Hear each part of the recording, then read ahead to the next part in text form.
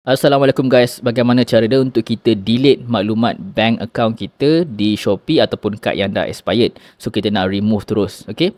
So pertama sekali korang buka dulu apps Shopee. Kemudian dekat bahagian sini tekan me and then tekan settings. Kemudian korang select bank accounts ataupun cards. Klik sini.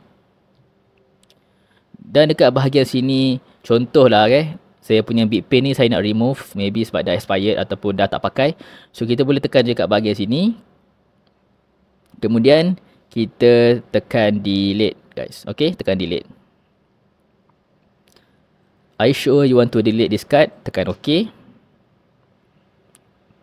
Dan tekan OK.